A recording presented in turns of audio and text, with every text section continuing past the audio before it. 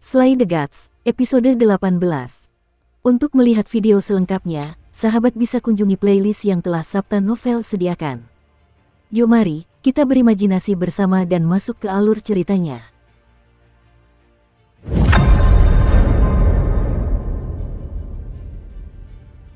Berdengung, di atas langit biru, beberapa helikopter angkut bersenjata tugas berat turun perlahan, dan baling-baling yang berputar mengangkat pasir di tanah.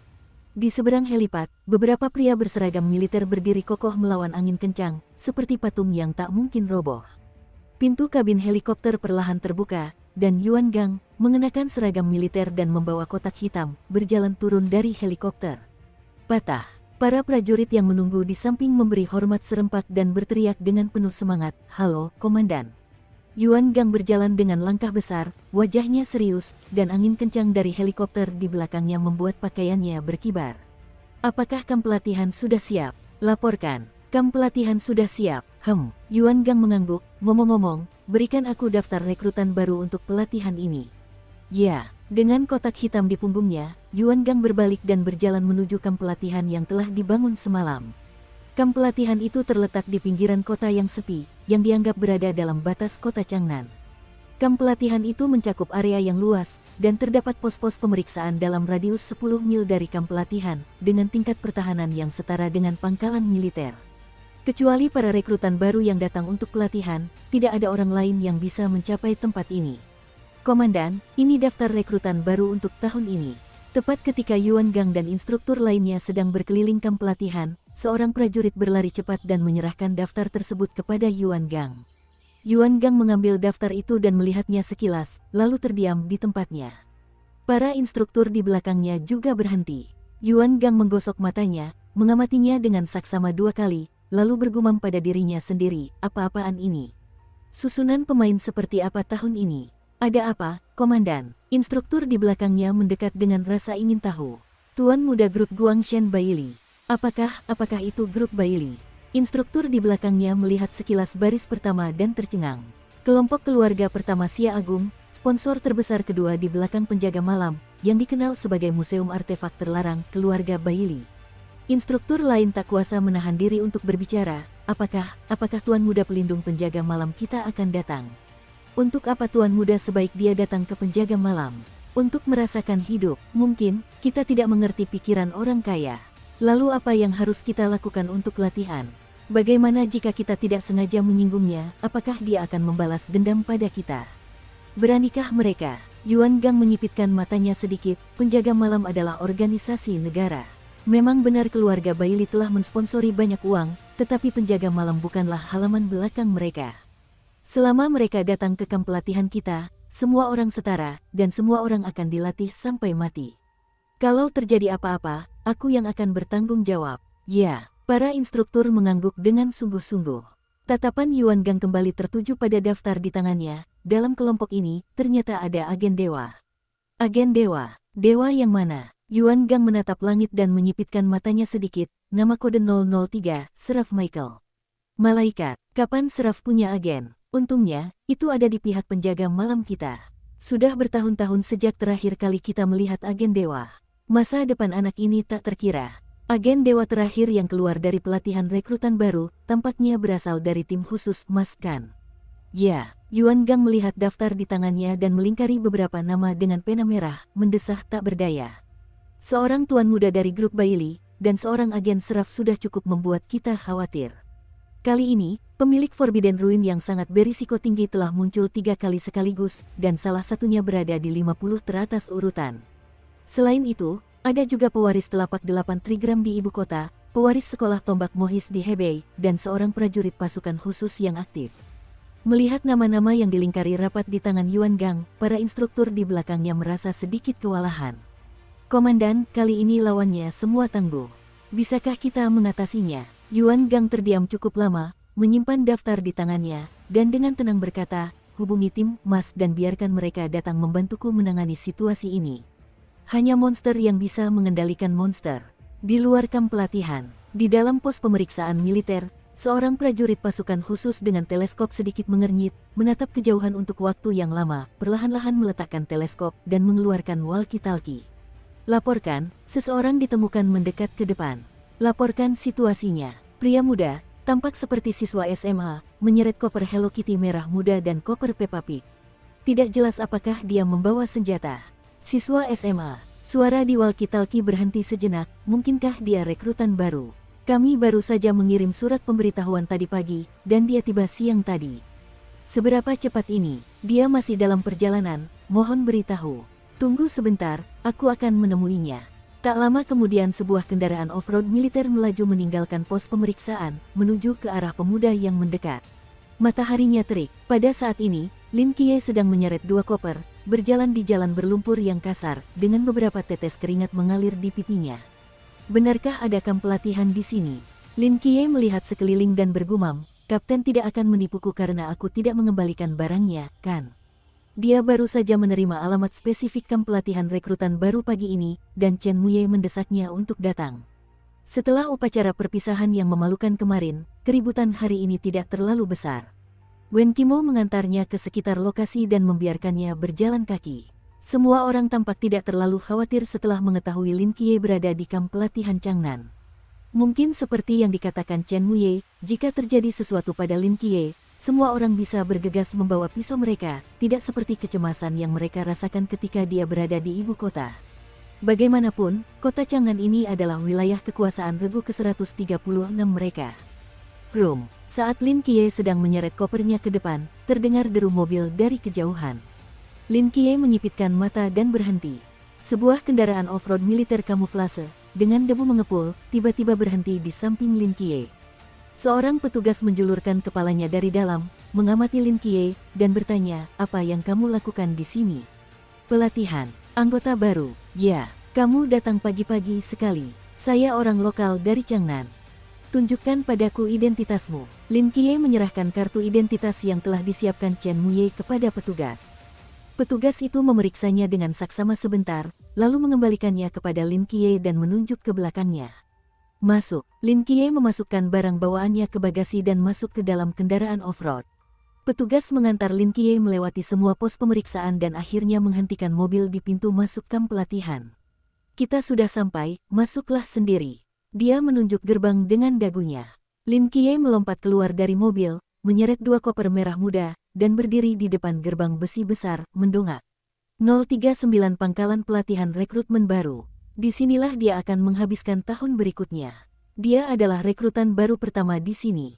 Tak lama kemudian, seorang instruktur keluar dari balik pintu dan menatap mereka dengan terkejut. Anggota baru, ya, siapa namamu? Lin Qiye. Tubuh instruktur itu gemetar, dan dia dengan hati-hati memeriksa Lin Qiye seolah-olah dia sedang melihat harta karun langka. Kamu, apakah Lin Qiye? Lin Qiye merasa sedikit gelisah di bawah tatapannya. Ya, itu aku. Ada masalah? Tidak, instruktur itu menggelengkan kepala dan membuka pintu kamp pelatihan. Kamu yang pertama tiba tahun ini. Silakan masuk. Ngomong-ngomong, nama saya Instruktur Hong. Halo, Instruktur Hong, sapa Lin Qiye dengan sopan saat memasuki kamp pelatihan. Instruktur Hong mengangguk. Nak, kamu datang lebih awal. Anggap saja kamu beruntung. Kali ini, aku akan memperkenalkanmu secara langsung dengan kamp pelatihan. Instruktur Hong memimpin Lin Qiye berkeliling kamp pelatihan yang kosong. Kamp pelatihan itu ternyata jauh lebih besar daripada yang dibayangkan Lin Qiye. Bangunan-bangunannya bukanlah tenda atau gubuk sementara, melainkan bangunan padat yang terbuat dari material yang tidak diketahui. Bangunan-bangunan itu sangat datar saat menyentuh tanah, seolah-olah tumbuh dari dalam tanah. Tanahnya juga dibagi rapi oleh garis-garis, yang dengan jelas menunjukkan di mana orang harus berjalan dan di mana kendaraan harus lewat. Bahkan ada penanda untuk kafetaria dan asrama. Ketebalan dan warna garis-garisnya sangat nyaman dipandang, sebuah berkah bagi penderita OCD. Jika Lin Qiye tidak tahu bahwa tempat ini awalnya hanyalah tanah kosong, dia akan mengira itu adalah pangkalan yang baru dibangun dan butuh waktu bertahun-tahun untuk menyelesaikannya. Kendaraan militer berpacu di jalan utama, membawa kotak-kotak perbekalan dan peralatan. Makanan, air, senjata, perlengkapan tidur. Lin Qiye bahkan melihat sebuah mobil berisi bahan peledak. Sudut mulut Lin Qiye berkedut, dan dia tiba-tiba menjadi agak khawatir tentang keamanan pangkalan ini. Ngomong-ngomong, Lin Qiye belum pernah mendapatkan pelatihan kolektif yang memadai sampai sekarang. Lagi pula, ia buta sejak SD, dan belum pernah mengikuti pelatihan militer saat SMP atau SMA. Ia bahkan jarang mengikuti kelas pendidikan jasmani. Jika bukan karena latihan rutinnya, ia mungkin akan lemah secara fisik. Itu tempat latihan di sana. Sebagian besar latihan fisik dilakukan di sana. Instruktur Hong menunjuk ke area terbuka yang menyerupai bandara. Fokus kami adalah kebugaran fisik, dan fisikmu sepertinya biasa saja. Kamu mungkin akan kesulitan. Itulah kafetaria, tempat yang akan Anda sukai sekaligus benci di tahun mendatang. Itulah ruang kelas, tempat pengetahuan teoritis diajarkan. Jelajahi edisi lengkapnya di rangkaian bangunan terbengkalai di sana adalah area pelatihan bergerak, yang digunakan untuk pelatihan perang kota, rappelling, ziplining. Itu lapangan tembak. Lin Qiye memandangi lapangan latihan yang tak berujung di depannya, diam-diam memperhatikan tujuannya. Ia merasa penasaran dan bersemangat. Apa itu? Toko serba ada. Lin Qiye dengan penasaran menunjuk ke sebuah toko kecil tak jauh dari sana. Bangunan itu kecil, gayanya mirip dengan toko swalayan yang pernah dilihatnya di sekolah. Rak-raknya penuh dengan kebutuhan sehari-hari, dan saat itu, sekelompok instruktur berdiri di pintu masuk, menunjuk rokok di dinding dan berkata sesuatu.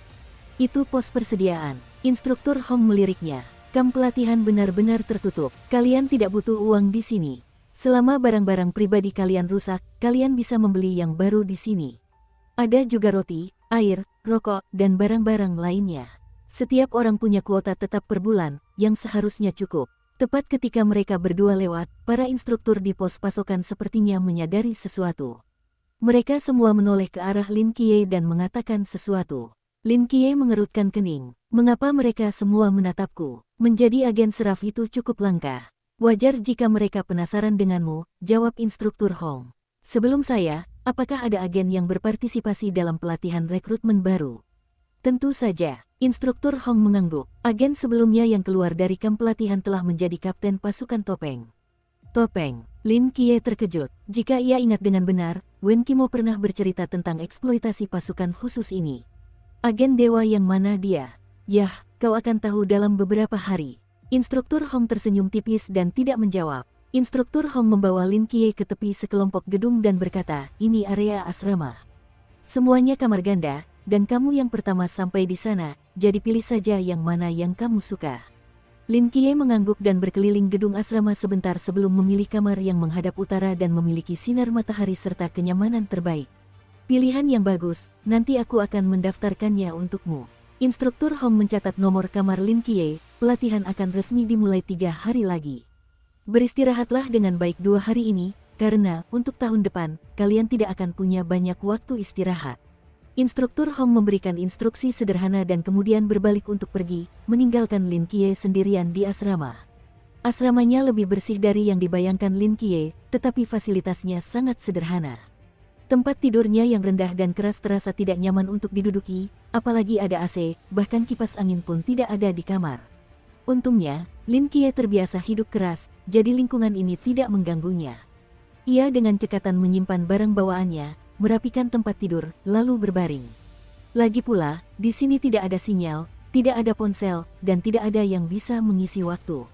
Kalau dia benar-benar harus tinggal di sini sendirian selama 3 hari, dia pasti akan bosan setengah mati. Untungnya, Lin Qiye masih memikirkan rumah sakit jiwa itu. Ketika bosan, ia bisa pergi minum teh bersama Nix untuk membangun hubungan, atau bermain catur dan mengobrol dengan Li Yifei di ruang aktivitas, tanpa merasa bosan sama sekali. Keesokan paginya, Lin Qiye pergi ke pos persediaan untuk membeli beberapa perbekalan. Lagi pula, kafetaria belum buka, dan ia tidak menemukan tempat untuk sarapan. Ketika dia kembali ke asrama, dia mendapati beberapa orang sudah berdiri di depan pintu asramanya. Tuan muda, aku sudah menunjukkan banyak tempat kepadamu, dan tempat ini memiliki lingkungan terbaik, hangat di musim dingin dan sejuk di musim panas, dan sinar matahari adalah yang paling melimpah. Seorang pria dengan senyum menyanjung berdiri di depan seorang anak laki-laki gemuk, mengobrol. Ah, sejujurnya, Changnan memang tidak sebagus Guangdong dan Shenzhen kita, ekonominya tidak bagus, dan lingkungannya buruk, Tuan muda, lihat bagaimana rumah ini dibangun, aduh, apa ini? Dindingnya terkelupas begitu disentuh. Lihat fasilitas di asrama ini, sangat sederhana. Lihat tempat tidur ini, bisakah orang tidur di atasnya? Tuan muda, kenapa kita tidak kembali saja? Kita tidak perlu menderita seperti ini. Anak laki-laki gemuk itu berdiri tegak dan meliriknya, omong kosong. Aku datang ke sini untuk menderita, aku tidak akan kembali. Jangan ribut-ribut, buka pintunya, aku akan tinggal di sini hari ini. Pria itu dengan enggan membuka pintu dengan kunci, dan ketika dia melihat pemandangan di dalam, dia tercengang. Aduh, tuan muda, siapa yang begitu bodohnya mengambil kamarmu? Cepat, apa yang kalian lakukan berdiri di sana? Buang semua barang ini, kotor sekali. Dukung terus channel YouTube Sabta Novel. Para pengawal di belakang bocah gemuk itu bergegas maju, ingin membantu membuang barang-barang. Cahaya dingin melintas di mata Lin Qiye. Hehe, klise seorang tuan muda vulgar yang menindas rakyat jelata, berpura-pura menjadi babi untuk memakan harimau, itu yang paling aku suka. Tepat saat Lin Qiye hendak bertindak, bocah gemuk itu tiba-tiba menendang pantat pria itu dan mengumpat dengan keras. Sialan, ini kamar ganda, teman sekamarku tinggal di sini. Beraninya kau menyentuh barang-barang teman sekamarku. Dan kau bilang itu kotor. Aku benci orang sepertimu yang menindas orang lain dengan kekuasaan. Enyahlah dari hadapanku. Lelaki itu ditendang ke tanah oleh bocah gemuk itu, menamparkan dirinya sendiri karena takut, lalu buru-buru berlari keluar pintu. Kalian, bawakan hadiah yang kubawa untuk teman sekamarku. Aku akan menunggu di sini hari ini, aku harus membiarkan teman sekamarku melihat. Apa artinya langsung cocok, dan memiliki ikatan yang lebih kuat dari emas. Lin Qiye di samping, bertanya-tanya, hah. Pengawal di belakang Pangpang dengan cepat meletakkan setumpuk kotak hadiah dengan rapi di samping tempat tidur Lin Qiye, membentuk barisan panjang di belakang tuan mereka. Cek, kenapa kalian semua berdiri di sini? Ini kamp pelatihan rekrutan baru, bukan rumah kalian sendiri. Pangpang melambaikan tangannya dengan tidak sabar, pergi, kalian semua pergi. Jangan meninggalkan kesan menindas teman sekamarku. Para pengawal saling memandang dan hanya bisa pergi tanpa daya. Meninggalkan Pangpang sendirian duduk di samping hadiah-hadiah yang bagaikan gunung, dia menunduk melihat pakaiannya sendiri, berdeham, dan duduk tegak di pintu. Lin Qiye menggaruk kepalanya, merasa sedikit bingung dengan situasi saat ini. Setelah berpikir sejenak, dia perlahan berjalan menuju asramanya. Ketika sosok Lin Qiye muncul di koridor kosong, mata Pangpang langsung berbinar. Ia tiba-tiba berdiri, merapikan diri lagi, memperlihatkan deretan gigi putihnya yang rapi, dan tersenyum menatap Lin Qiye yang berjalan ke arahnya dengan sandal. Ekspresi Lin Qiye menjadi aneh. Di bawah tatapan aneh pria gemuk ini, ia tampak lupa cara berjalan. Akhirnya, Lin Qiye tiba di pintu asrama. Halo, nama saya Baili Tuming. Saya tahu nama ini agak aneh, panggil saja saya Tuming, atau Pangpang. Sebelum Lin Qiye sempat bereaksi, Pangpang tiba-tiba membungkuk, membuat Lin Qiye takut dan mundur 2 langkah. Semoga kita bisa berteman. Tolong jaga aku di tahun mendatang. Rangkaian tindakan ini benar-benar membingungkan Lin Qiye. Baili. Lin Qiye berpikir sejenak, seolah-olah dia lupa 2 huruf terakhir namanya, tetapi hanya ingat sesuatu seperti Pangpang, Baili. Teman sekelas Pangpang, kamu tidak perlu terlalu sopan. Mata Pangpang kembali berbinar, tampak senang dengan julukan Baili Pangpang. Aku belum menanyakan namamu. Oh, aku Lin Qiye. Saudara Qiye, saya membawa beberapa oleh-oleh khas dari kampung halaman saya untuk Anda. Barang-barang itu tidak berharga, tapi saya harap Anda tidak akan keberatan. Ia tersenyum dan menyerahkan kotak-kotak hadiah di belakangnya kepada Lin Qiye satu persatu. Lin Qiye memindainya dengan kekuatan psikisnya, dan ekspresinya tiba-tiba menjadi luar biasa. Ini, sekotak jam tangan Rolex. Lin Qiye tercengang. Di dalam kotak hadiah di tangan Pangpang, terdapat 12 jam tangan Rolex yang tertata rapi, termasuk Submariner, Explorer, dan Gym Master. Setiap modelnya berbeda. Jika bukan karena Lin Qiye yang sering membaca majalah dalam kesehariannya, ia tidak akan bisa mengenali beberapa di antaranya. 12 jam tangan Rolex dalam satu kotak memberikan sensasi yang mirip dengan satu set hadiah apel Fuji merah. Ada apa, Saudara Qiye, kamu tidak suka jam tangan Rolex? Pangpang tertegun. Ia menyingkirkan kotak hadiah Rolex dan mengambil satu lagi. Lalu bagaimana dengan Patek Philippe, Cartier, Baume dan Mercier? Saudara Qiye, awalnya aku ingin memberimu sesuatu yang lain, tetapi kebanyakan barang di kamp pelatihan tidak berguna, jadi jam tangan adalah yang paling cocok. Kotak hadiah yang menumpuk di pelukan Lin Qiye menjadi semakin banyak, dan setelah waktu yang lama, dia akhirnya berbicara perlahan, Baili Pangpang, apakah keluargamu berbisnis jam tangan? Sulit untuk membuat karya hebat jika karya tersebut dicuri dari. Tidak, keluarga kami sedikit banyak ikut campur dalam segala hal. Baili Pangpang tertawa, tapi jangan terlalu dipikirkan, aku hanya anak biasa dari keluarga biasa, bukan tuan muda bangsawan. Aku sangat rendah hati, aku tidak percaya padamu. Lin Qiye memutar bola matanya dalam hati dan menyingkirkan kotak hadiah itu. Aku tidak menginginkan barang-barang ini. Kenapa? Bai Li Pangpang menjadi cemas. Terima saja. Lagi pula itu tidak berharga, hanya tanda pertemuan kita. Saya tidak suka menerima hadiah. Lalu, apa yang harus aku? Bai Li Pangpang menatap Lin Qiye, lalu ke kotak hadiah di tangannya, dan menjadi sangat cemas hingga dia mulai berkeringat. Lin Qiye meliriknya, lalu menghela napas, simpan saja untuk saat ini. Ketika aku membutuhkannya suatu hari nanti, berikan saja padaku. Baiklah, kalau begitu. Bai Li Pangpang dengan hikmat menyimpan kotak-kotak hadiah itu, lalu perlahan dan ragu-ragu membuka kopernya sendiri, melemparkan semua isinya ke tempat tidur, termasuk spray dan selimut. Lalu dia berbaring dalam posisi terlentang. Lin Qiye mengerutkan bibirnya. Apa yang kamu lakukan? Tidur. Bai Li Pangpang menepuk-nepuk kain kusut itu. Tempat tidurnya sudah rapi, dan cukup nyaman. Lin Qiye bukanlah orang yang suka mencampuri urusan orang lain, terutama karena pria gendut ini selalu tampak mencurigakan. Ia tidak ingin menimbulkan masalah, jadi ia menutup mata dan berpura-pura tidur. Setelah beberapa saat, Bai Li Pangpang diam-diam bangkit, dengan lembut memanggil, "Saudara Qiye." "Qiye." Lin Qiye tetap menutup matanya dan tidak bergerak. Bai Li Pangpang dengan hati-hati berdiri, berjingkat ke sisi lemari, dan mulai mengobrak-abriknya. Apa yang pria gendut ini coba lakukan? Lin Qiye menutup matanya, menggunakan kekuatan psikisnya untuk merasakan setiap gerakan Bai Li Pangpang. Setelah beberapa saat, Bai Li Pangpang memegang kotak hadiah yang baru saja dia masukkan kembali, memindahkannya ke tepi tempat tidur Lin Qiye, dan diam-diam menyelipkan kotak hadiah satu persatu di bawah tempat tidur Lin Qiye. Lin Qiye, pria gendut ini, apakah dia begitu gigih? Pikiran jahat muncul di benak Lin Qiye. Ia tiba-tiba membuka matanya dan menatap Bai Li Pangpang di sampingnya. Apa yang sedang kamu lakukan? Bai Li Pangpang gemetar seluruh tubuhnya, duduk di tanah, dan menatap mata Lin Qiye dengan ketakutan. Otaknya yang tadinya tidak terlalu cerdas, bekerja dengan kecepatan penuh. Jadi, dia dengan kaku bergerak mendekati kaki Lin Qiye. Tercium, "Qiye, kakimu harum sekali." Lin Qiye benar-benar tercengang, bahkan dengan kecerdasannya, dia tidak tahu bagaimana harus menanggapi saat ini. Makhluk macam apakah ini? Melihat Lin Qiye membeku di tempat, Bai Li Pangpang ragu-ragu sejenak, lalu mengulurkan kakinya ke arah Lin Qiye, dan dengan hati-hati bertanya, "Atau kamu mau mencium punyaku juga?" Niat membunuh mulai muncul dalam diri Lin Qiye. Jauh di sana, di gedung lain, instruktur kepala Yuan Gang diam-diam meletakkan teropong di tangannya, ekspresinya sangat menarik.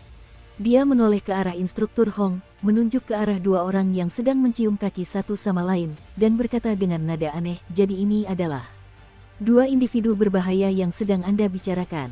Instruktur Hong bertanya-tanya. "Tidak." Instruktur Hong menggosok pelipisnya, "Ada yang tidak beres.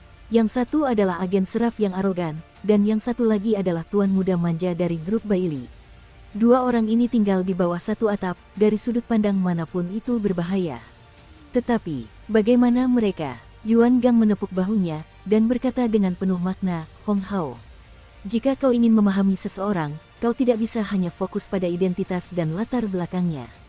Di dunia ini, mungkin ada banyak sekali orang dengan latar belakang keluarga yang sama, tetapi karakter dan kepribadian orang-orang, ada jutaan." Setelah mengatakan ini, Yuan Gang berbalik dan pergi. Ketika dia benar-benar berada di luar pandangan instruktur Hong, Yuan Gang akhirnya tidak dapat menahan diri dan tertawa terbahak-bahak. Menarik.